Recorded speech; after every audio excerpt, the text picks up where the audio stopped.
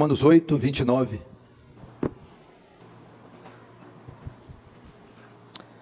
Melhor, vamos ver o 28. Sabemos que todas as coisas cooperam para o bem daqueles que amam a Deus, daqueles que são chamados segundo o seu propósito. 29. Porquanto os que de antemão conheceu, também os predestinou para serem conformes à imagem do seu Filho, a fim de que seja o primogênito entre muitos irmãos. E os que predestinou, a esses também chamou. E aos que chamou, a esses também justificou. E aos que justificou, a esses também glorificou. Vamos fechar os olhos para mais uma rápida oração. Querido Deus, diante de Ti nos colocamos mais essa noite, carentes da Sua graça, da Sua misericórdia e do Seu poder salvador. Porque esta foi a causa da vinda, morte e ressurreição de Cristo. É por causa disso, por conta disso, que todas as coisas acontecem. Por causa disso que tudo existe como existe. Esse é o centro da nossa redenção. Que haja graça, Senhor, que essa mensagem seja acompanhada pelo poder do Espírito Santo, que haja temor e tremor diante do Senhor, que Teu reino avance, Senhor, que o Senhor receba glória para Si e nos conforme a imagem do Seu Filho, em nome de Jesus, amém.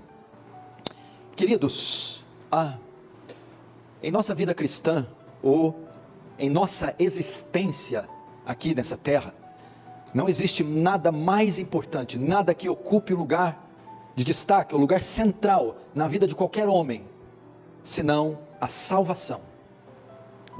Essa deveria ser a finalidade de todos os homens, o ideal de todos os homens, a principal meta de todos os homens, serem salvos, simplesmente pelo fato que todos estão condenados. Romanos 3, e todos pecaram, e destituídos da glória de Deus estão. Quem são todos? Desde Adão, o primeiro homem criado, até o último homem que vier a existir nesta terra, todos pecaram.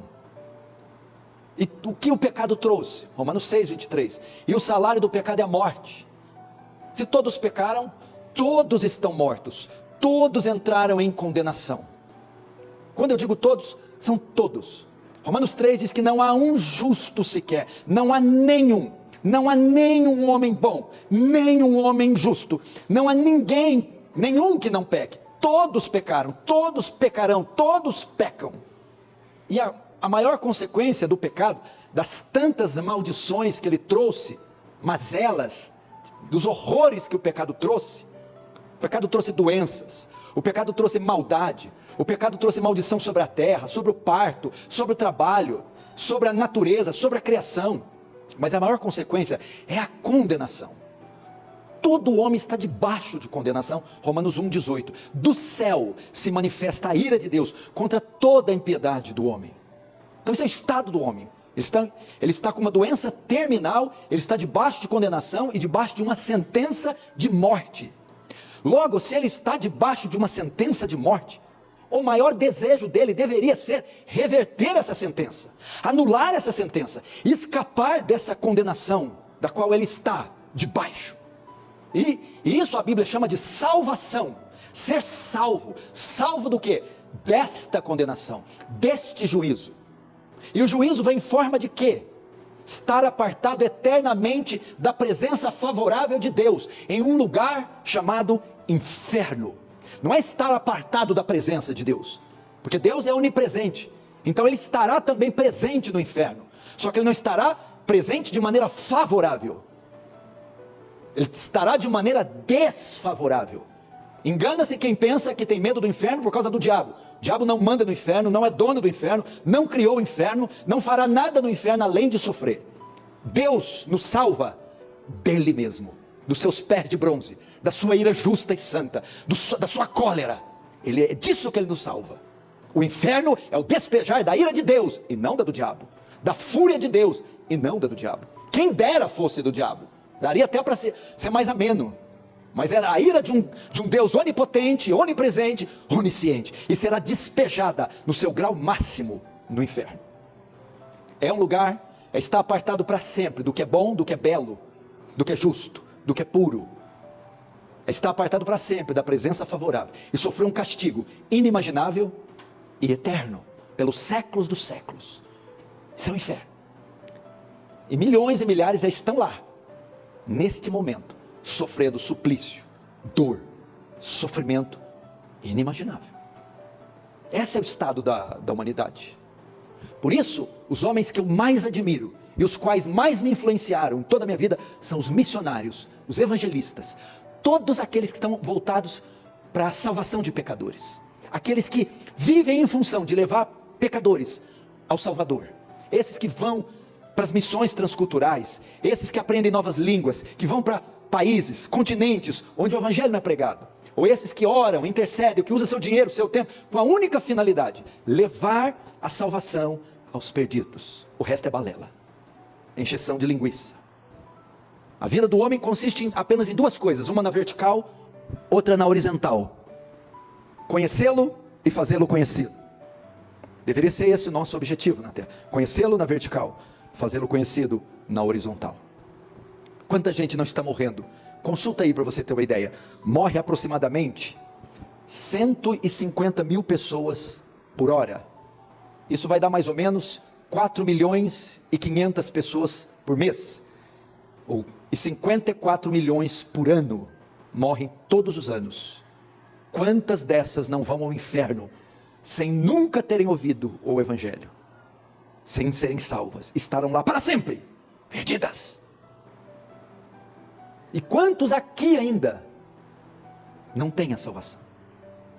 Me escute algo aqui, deixa eu te falar algo.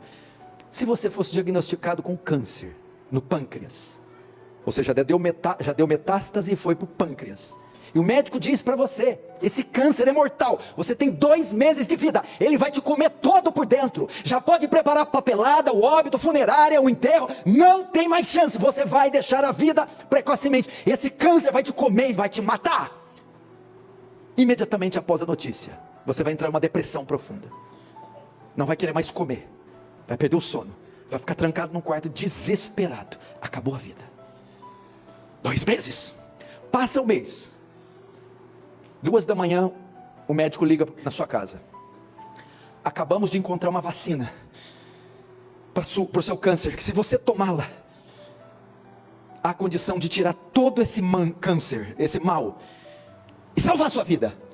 O que você faria após ele desligar o telefone? Você passaria por cima de tudo, derrubaria a porta, passaria o carro em cima do portão eletrônico, passaria nos sinais vermelhos, bateria os carros, chegaria lá em 28 segundos. Doutor, estou aqui. Imediatamente atrás daquela vacina, eu tomaria para salvar a vida.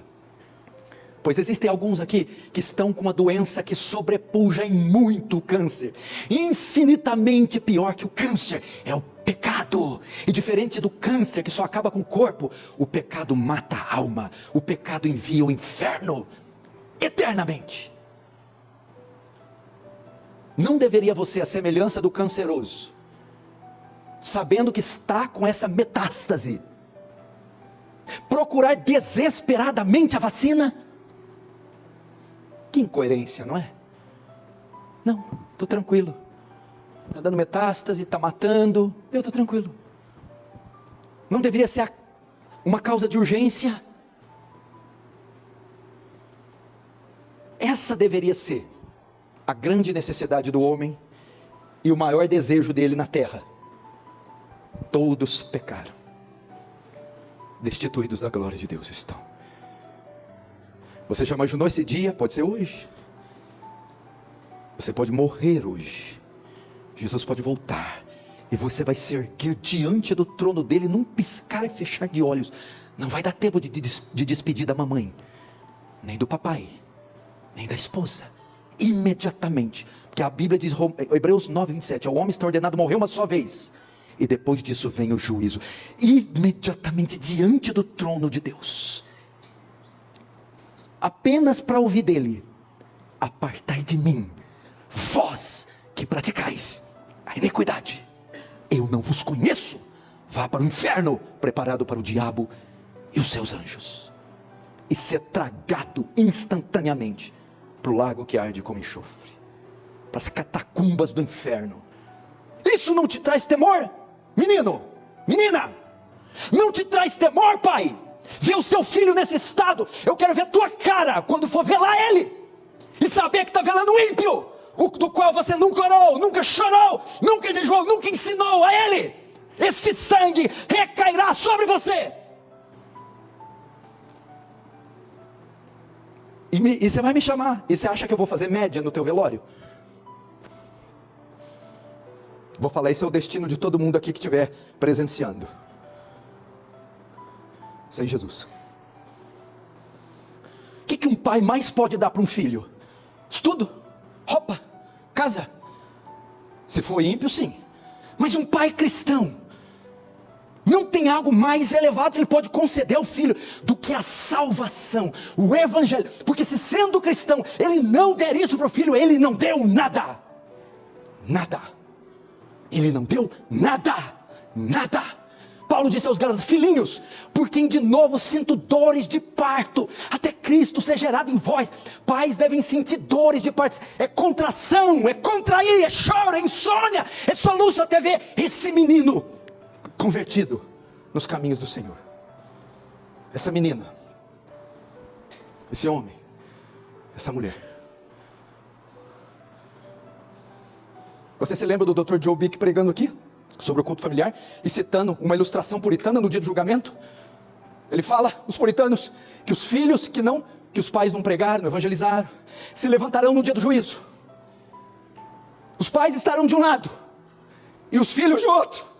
E antes dos filhos serem convertidos, antes dos filhos serem condenados, os filhos encararão os pais e dirão: pai, por que você não me avisou? Por que você não orou por mim? Por que você não chorou? Por que, pai? Agora que estou, herdei o pecado de Adão através de você, agora eu vou condenado, sem o Senhor ter feito nada por mim.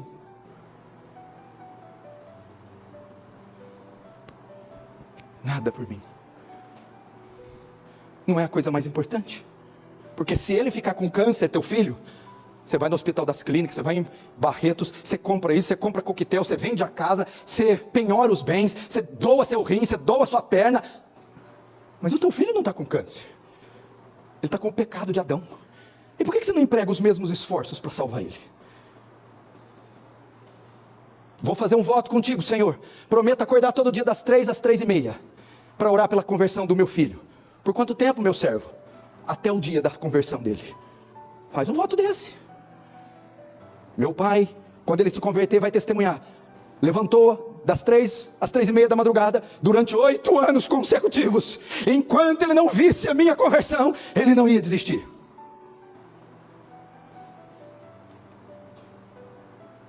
Devia ser. Mas nós estamos igual aquela turma do Monte Sinai, lembra? Moisés subiu, estava demorando. Esse Moisés aí não vai virar nada. Vamos beber, folgar, comer. E o povo caiu em lascívia, comilança, bebedeira. E não estava nem aí para esse tal de Moisés. Gente, vamos acordar. O tempo, Jesus disse na época dele: o tempo está cumprido, o reino de Deus está próximo. Arrependei-vos. E aqui, a salvação. Vou explicar um pouco sobre salvação, porque quem sabe isso não motive você. O processo para libertar pessoas do pecado é realizado em 3 etapas. Ou a salvação ocorre em 3 fases. Primeiro, somos salvos da culpa do pecado. Segundo, somos salvos do poder do pecado. Terceiro, somos salvos da presença do pecado. O termo que usamos para salvação da culpa do pecado é justificação. Ela acontece no passado, no momento que cremos. O termo que usamos para salvação do poder do pecado é santificação. Acontece no presente, todo o tempo nosso em vida.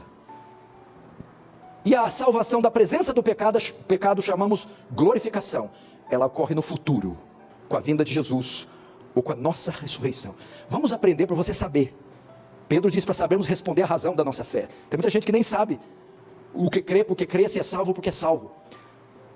Então, salvação em 3 etapas. Primeiro, Deus nos salva da culpa do pecado. Termo que chamamos justificação. O que é isso? Isso tem a ver com a nossa situação jurídica, a papelada do céu. O negócio não é assim, igual a gente está pensando. Deus tem uma lei. Deus tem um programa de governo, Deus tem uma constituição, uma lei, e ela pode ser resumida nos 10 mandamentos. E todos aqueles que desobedecem a lei, quebram a lei, são violadores, infratores da lei. Assim como aqui em nossa Constituição, quem viola a lei se torna um criminoso. Pecadores são como criminosos, por quebrarem a lei de Deus, são culpados diante de Deus. E sendo culpados, devem ser condenados. A única maneira de um homem ir para o céu é reverter esta condenação, é retirar de si a culpa, ok? Então pecados são como leis. Quando eu quebro, eu sou violador, infrator da lei, e considerado um criminoso, ou culpado diante de Deus. E todo criminoso deve ser punido pelo crime. E nossa Constituição, na Constituição americana, tem vários tipos de punição: reclusão, prisão perpétua e pena de morte. No caso de Deus, todos pecaram, violaram a lei de Deus, e o salário do pecado é a morte. A pena para a quebra do mandamento é a pena capital, é a morte, é a execução, é a condenação ao inferno. Então veja, essa é a situação jurídica do homem. Ele está ilegal com a justiça divina, ele está em dívida com a justiça divina, porque ele quebrou a lei, os 10 mandamentos, quebrou milhares de vezes cada um dos 10. Ele disse falso testemunho, ele cobiçou a mulher, o boi, o homem do próximo, ele tomou o nome de Deus em vão, ele desonrou pai e mãe. Então ele está sobre uma sentença, ele é culpado, entendeu? E sendo culpado, tem que pagar. A única maneira dele ser salvo é remover esta culpa. E é isso que Deus faz na primeira etapa: justifica o pecador. O que é isso? Ele é culpado, e no tribunal de Deus, ele vai receber uma sentença favorável, e vai ser considerado legalmente justo.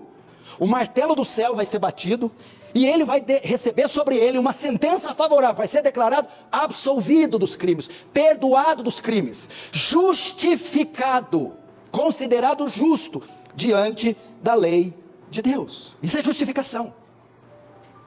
Agora, como a justificação se dá? Presta atenção, temos um dilema aqui, aí vamos entrar no Evangelho. Deus não pode simplesmente abrir o inferno e deixar eu e você sair, e deixar bandido sair, e deixar perverso sair. Você acha que um juiz, se chegar aqui, abrir a porta das cadeias, soltar os bandidos, ele é um juiz bom ou mau? Um juiz mau. Ele é justo ou injusto? Estuprador, pedófilo, assassino. Ele abre as portas e solta. Ele não pode fazer isso. Provérbios 17:15 diz: o que justifica o ímpio e condena o justo, a abominação é para o Senhor, tanto um contra o outro. Então veja só, quem justifica o ímpio. Como Deus então justifica ímpios, perdoa ímpios, tira ímpios do inferno, sem ser uma abominação, sem se tornar injusto? Porque se ele é justo, ele não pode tirar do inferno, ele tem que mandar para lá. Se ele é justo, ele não pode perdoar, ele tem que condenar. Ele não pode pegar os pecados e colocar debaixo do tapete. Como Deus faz isso então, sem deixar de ser justo? Resposta: o seu Filho. Ele nos justifica com base na obra de Cristo. É isso que acontece. É assim como é salvo. Se ele perdoar, tirar nós do inferno, o nosso pecado fica aqui, pendurado. Ele tem que ser pago. Se Deus não pagar, ele soltou a gente e se tornou uma abominação e um Deus injusto. Onde Cristo entra? Na cruz. Ele assume o nosso pecado e paga pelos nossos pecados no nosso lugar. Assim, Cristo, tendo levado os pecados sobre ele e pagado a penalidade do pecado com a morte, Deus então pode nos justificar, nos perdoar, nos declarar legalmente justos, porque Cristo levou. É a doutrina que chamamos imputação. Na cruz está havendo uma transação jurídica. Na cruz é a única maneira de sermos salvos. Como é que é? Imputação. Você conhece o termo amputar? Tirar fora. Amputou a perna, tirou fora. Imputar é colocar dentro, acreditar, botar na conta. Na cruz, nossos pecados são imputados sobre Jesus, colocados na conta de Jesus. Então quando Deus olha do céu, o pecado não está em nós, está no Filho. A culpa não está em nós, está no Filho. Então Deus, em vez de punir os pecados em nós, pune no Filho e satisfaz as demandas da justiça dele. Só que isso não é suficiente. Isso nos torna inocentes, mas não nos torna justos. Não há mérito em nós. Então o que acontece? Doutrina da dupla imputação. Uma vez que o pecado de Cristo, uma vez que o nosso pecado é lançado sobre Cristo, a justiça de Cristo. O que é justiça? A perfeição moral, a retidão de um homem que nunca pecou. A justiça de Cristo é imputada sobre nós. O mérito dele é lançado na nossa conta. A veste dele é colocada em nós. A justiça dele nos veste. Dupla imputação. Meu pecado é lançado nele, a justiça dele é lançada em mim. Então eu diante de Deus sou declarado legalmente justo, não com base na minha justiça, bondade, obras ou méritos, mas com base nos méritos, na justiça de Cristo. É assim que eu sou salvo. É assim que ele cuida da minha parte jurídica. Você entendeu? Já ilustrei várias vezes, mas sempre estamos recebendo novas pessoas. É como se fosse um tribunal. Você é réu confesso. Você matou 10 crianças e foi pego tentando matar a 11ª. Você está sentado no banco, está diante de um tribunal. Você confessa os crimes. Quando o juiz vai bater o martelo e dar a sentença, entra alguém no tribunal. Meritíssimo! Espere. Ele então, esse homem olha para o banco, você está lá. A pena é a morte. Você está sentado, você é culpado, você confessa. Ele olha para você e diz: levante-se, saia daí. Então ele vai e senta no seu lugar. O juiz então diz: o que é isso? Meritíssimo, os crimes dele, bota na minha conta. Tudo bem, se botar na tua conta, você vai ter que pagar pelos crimes. Eu pago. Mas você sabe qual é a sentença? Não, a morte. Eu morro. Tudo bem, então em vez de matar você, mata aquele homem inocente que entrou. Assim o Estado satisfez a justiça, matando aquele homem pelos seus crimes, não pelos dele. É o que Cristo fez na cruz. É isso que ele fez.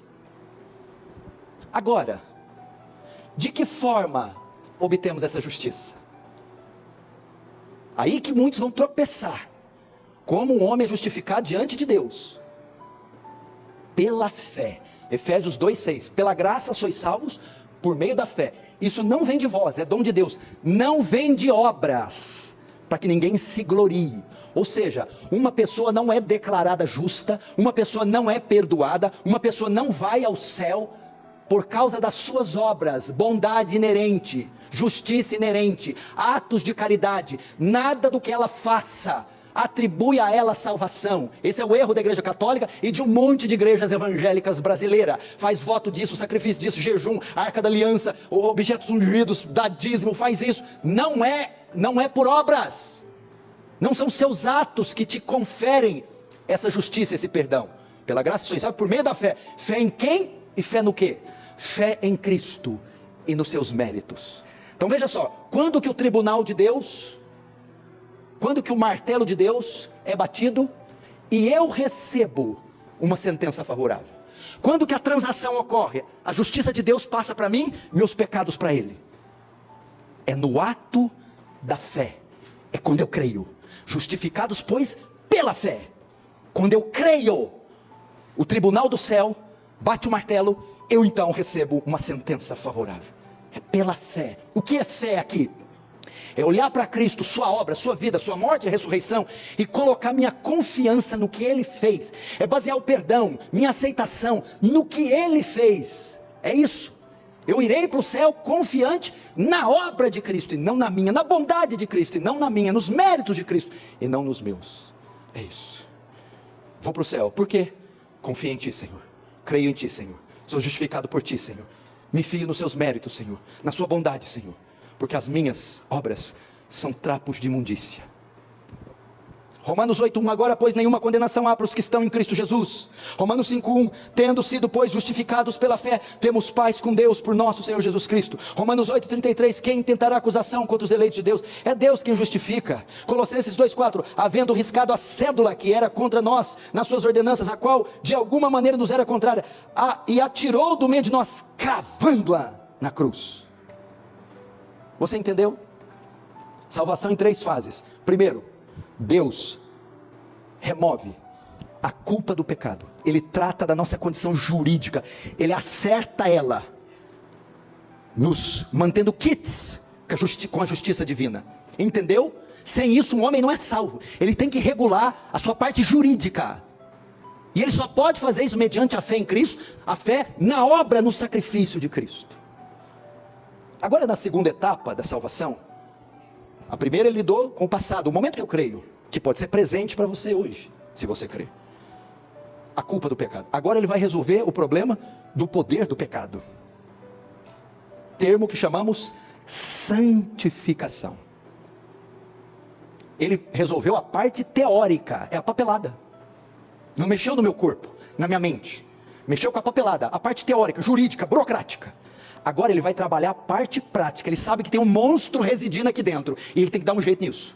Tem um monstro aqui, que devora, esmaga, estilhaça, corrupto, perverso, que é quase um demônio aqui dentro. E ele tem que resolver a parada. Agora ele vai mexer no poder do pecado. O que é o poder do pecado? O pecado está em mim, como uma fera, como um monstro, e ele só quer fazer o que é contrário a Deus. Ele quer mentir, ele quer roubar, ele quer adulterar, fornicar, trapacear, ele quer vingar, ele quer matar. Na santificação, Deus agora me dá poder para dominar o pecado, mortificar o pecado. Agora vai ser colocado do pecado correntes, vai ser colocado limites. Agora ele não faz o que ele quer. Agora o monstro vai ser enjaulado, amordaçado, acorrentado, manietado. Doutrina que chamamos santificação. É um processo que ocorre imediatamente a justificação. Se eu sou salvo hoje, 2 horas depois, eu já estarei sendo santificado. 2 horas eu fui longe, né? 2 segundos depois, eu já estarei sendo santificado. Romanos 6,14, porque o pecado não terá mais domínio sobre vós, pois estáis debaixo da lei, mas não debaixo da graça. Presta atenção. Santificação não é a ausência do pecado. Imagine que tem dentro de você um leão, e esse leão esmaga, arranha, estilhaça, tudo que passa. Quando você se converte, o leão não é morto, o leão continua, mas agora o leão é aprisionado, acorrentado. Então o leão às vezes arranha quando a corrente está meio longa, você aperta, encolhe a pata dele, ele fica ali. Ora ele dá um rugido, ora não, ora ele agarra. Esse é o processo de santificação. O leão está vivo, o leão não morreu, mas o leão está amarrado, acorrentado. Quem é o agente da santificação?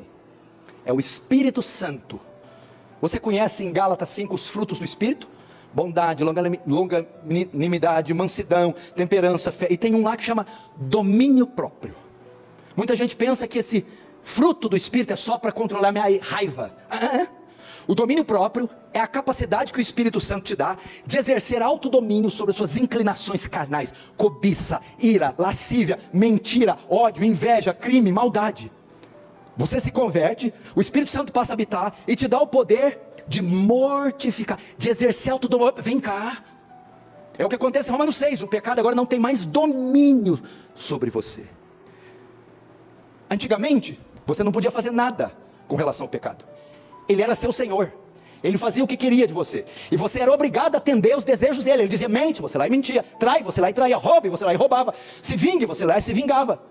Agora, depois que você é justificado, você não é mais senhor do pecado. O pecado passa a ser o seu senhor.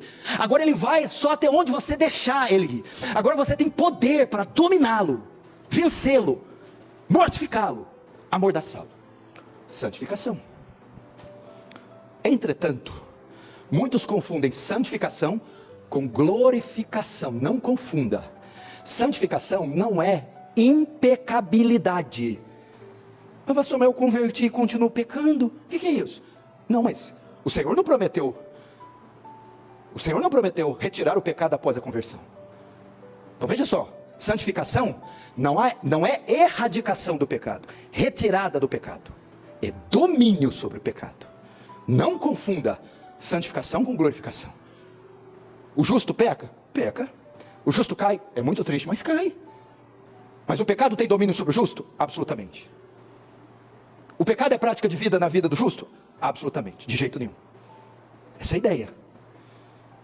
É agora o processo de purificação. Deus faz o quê?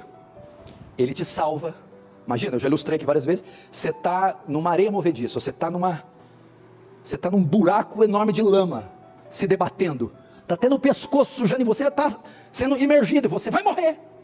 Alguém lança uma corda para você, você pega, e a pessoa tira, ela te tira da lama e bota na rocha. Você está salvo, não vai morrer mais, acabou, justificado.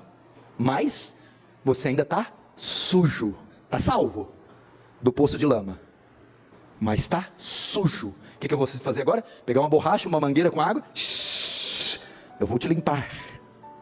É a mesma coisa, quando Deus te justifica, Ele te arranca do mundo, mas você está cheio de ídolos, cheio de imundícia, a lascívia está aí, a mentira está aí, o ódio está aí. O que Ele vai fazer agora? Santificar, purificar, lavar você. É isso, separar você do mundo e do pecado. Esse é ser santo, cortado, separado, colocado à parte. Ele vai fazer você distinto agora. Você não fala mais como o mundo, não se veste como o mundo, não pensa como o mundo, não frequenta os mesmos lugares que o mundo, não se relaciona com as pessoas do mundo. Você se separou, você tem uma cosmovisão diferente, um pensamento diferente. Você se tornou santo, distinto, diferente, singular, invulgar. Isso é ser santo. Agora aqui tem outra coisa. Na justificação, você não participa. É um ato da graça soberana. Começa lá no Ordo Salutis, em latim, ordem da salvação. O que é a ordem da salvação? É a sequência, como Deus salva alguém. Primeiro ponto da salvação, eleição. Deus escolhe quem Ele quer salvar.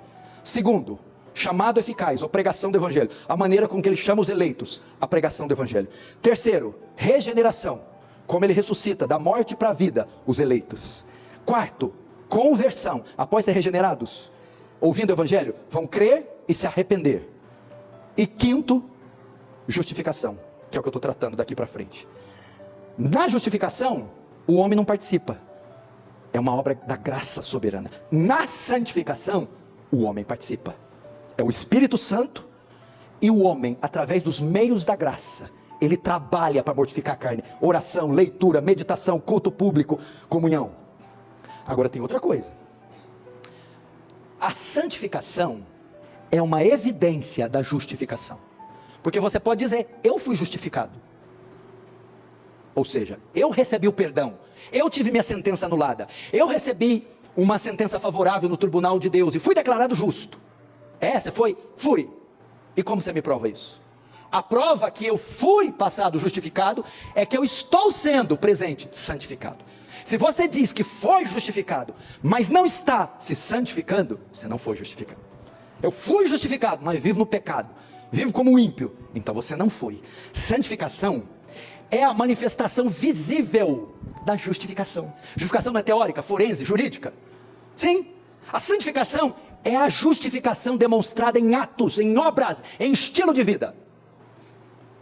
Pastor, mas pode acontecer do justificado não santificar? Por preguiça, indolência? Não, absolutamente. Porque a graça que justifica, invariavelmente santifica. Então é impossível um justificado não ser santificado. O que Paulo fala em 1 Coríntios 5, 17? Aquele que está em Cristo, quem sabe o resto? Nova, as coisas velhas, eis que tudo morreu, passou, não tem mais jeito. Eu lembro de Agostinho, lembra de Agostinho, pai da igreja, filho da Mônica, que eu falei, o Agostinho. Ele era um homem devasso, ele sai com um monte de prostituta, e um dia ele converte, ele está passando, a prostituta que mais gostava dele, ei Agostinho, eu sou aquela. E ele respondeu, pois é, mas eu não sou mais aquele. Isso é um salvo. Eu era o Paulão lá do Leporace. Aquele lá morreu. Eu era um homem vendido à droga, ao pecado, à mentira, à soberba, à imoralidade. Aquele lá morreu. Nasceu um novo. E não é só pecado explícito não, porque tem gente que se gaba. Então eu vou salvo, porque não fumo, não bebo, não mato, adultério. Não, e os pecados de foro íntimo, que eram do Nicodemos e dos fariseus. Os fariseus não matavam, não roubavam, não fumavam, não faziam nada, não ia para balada. Não morreu só a cocaína, a maconha, morreu o rancor, morreu o ódio, morreu a inveja, morreu a fofoca, morreu a cobiça, morreu as picuinhas. São pecados internos, que são piores que os externos. Deus então lida com o poder do pecado. Por último, na terceira etapa da salvação, terceira fase, Deus agora lida com a presença do pecado em nós. Termo que nós chamamos de glorificação. É a terceira etapa. Primeiro, Deus lida com a culpa. É a parte jurídica, forense, teórica, legal. Ele remove ela, baseada na morte expiatória de Cristo. A segunda é a justificação na prática. Deus vai mexer com o poder do pecado, que nos inclina para aquilo que é contrário a Deus. Ele nos concede o Espírito Santo e o poder de exercer domínio sobre a carne, nos purificando dos ídolos, do pecado e desse mundo. Terceiro, agora Deus vai lidar com a presença do pecado. Porque tanto na justificação como na santificação, o pecado habita em nós ainda. Romanos 7, Paulo diz: como livrarei do corpo desse pecado, miserável homem que sou? O que acontece? Há uma promessa da ressurreição do corpo, ou da glorificação dele no advento da volta de Jesus. Romanos, 2 Tessalonicenses 2 e 1 Coríntios 15 diz que a trombeta vai soar e que de maneira nenhuma nós, os vivos, precederemos os mortos. Ou seja, não vamos estar, os vivos não vai primeiro não. Quando Jesus voltar no arrebatamento, na sua segunda vinda, os mortos ressuscitarão primeiro. E nós, os vivos, seremos transformados num abrir e fechar de olhos, último ante a trombeta. A trombeta soará. E isso que é corruptível se revestirá da incorruptibilidade. Corruptível aqui é o quê? Sujeito a deteriorização, velhice, enfermidade, morte e pecado. Isso que é mortal se revestirá da imortalidade. O que é isso? A morte será tirada, o envelhecimento, as doenças e a corrupção, o pecado, de uma vez por todas. Isso acontece quando? Na ressurreição ou com o arrebatamento. Corpos são transformados. O que é isso? Vamos abrir lá porque é muito bonito. 1 Coríntios 15. Olha que coisa linda.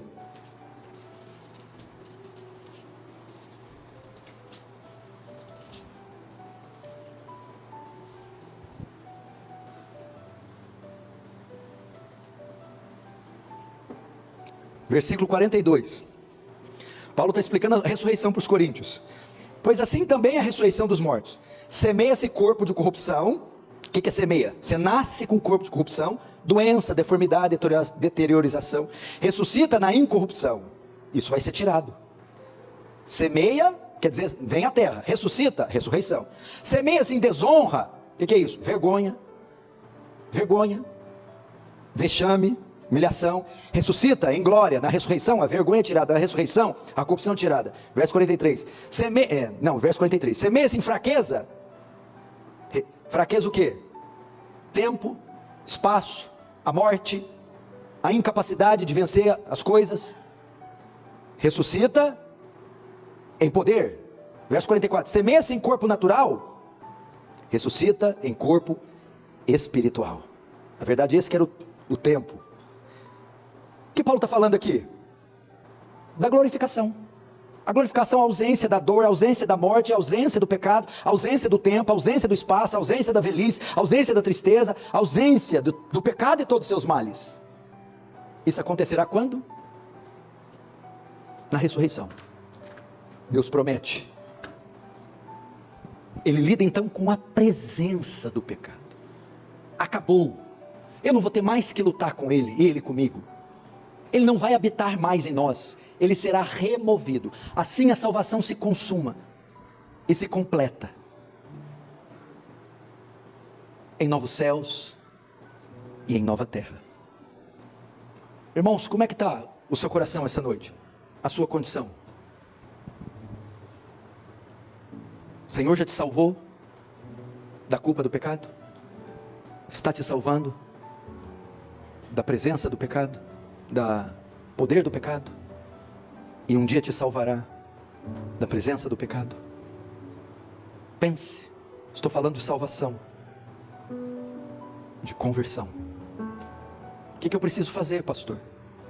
Todo púlpito, todo culto, todo dia que uma pregação é feita, um texto é lido, um vídeo é ouvido, você tem a oportunidade de ser salvo, de ver o tribunal do céu dar uma sentença favorável a você. Será que esse dia é hoje?